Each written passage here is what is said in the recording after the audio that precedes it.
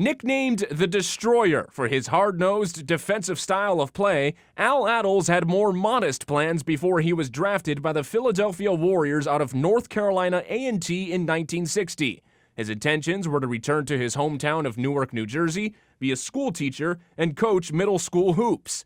But it was off to the city of brotherly love for the fifth rounder, where he would join the most dominant force basketball had ever seen, Wilt Chamberlain. Attles' early claim to fame?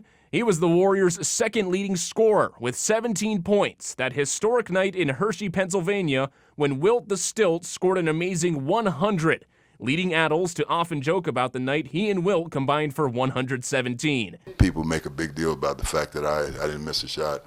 It's very, very simple. If five guys play one man, you should get open once in a while.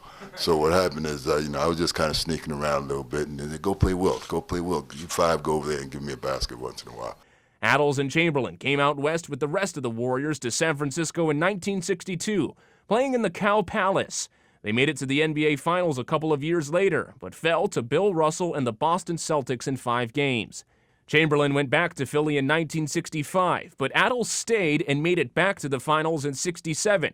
Unfortunately, the opponent was the 68-win Sixers, led by Chamberlain. Despite putting up a fight, the Warriors went down again, this time in 6 games.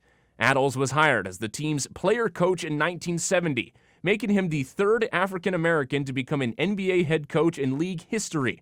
A year later, the Warriors moved across the bay to the then 5-year-old Oakland Coliseum Arena. Attles retired as a player after the 71 season, but remained as head coach, leading the team to the playoffs 6 times while becoming the longest tenured coach in franchise history. His benchmark achievement came in 1975 when Attles led the Warriors to a surprising NBA title, sweeping the heavily favored Washington Bullets in 4 games, while reminding everyone why he was still the Destroyer. Sets a pick for Rick Barry. Barry looking for some shooting room. Reardon is on him. Now hold on, Attles has come out at Reardon. Coach Al Attles wants Reardon. Unsell's got Attles. He's pushing him back. Attles one on him. Reardon was all over Rick Barry. Attles is furious. Now Bill Bridges has a hold of Unseld. Al Attles has done a tremendous job from the bench. Richie Powers has kicked Al Attles. Yeah, that's very unfortunate. There was an obvious foul by Mike Reardon, and Attles is a super guy. He came to the defense of his player. It was the only Bay Area title the franchise would win until Steph Curry and company brought the Larry O'Brien Trophy back to Golden State in 2015.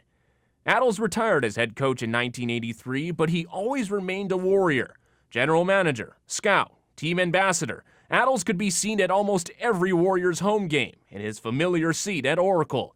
His 59 years, the most of any person with an NBA organization ever. The Warriors retired Attles as number 16, but the greatest honor for the Destroyer, his 2019 induction into the Naismith Memorial Basketball Hall of Fame. I only took one pair of shorts because I thought the team would release me, but God had other plans. I never imagined my name would become synonymous with the Warriors throughout my 60-year odyssey. I am humbled to have competed with so many great athletes of my era. I didn't have the gifts and the talent that most of the other players had, but I did it my way.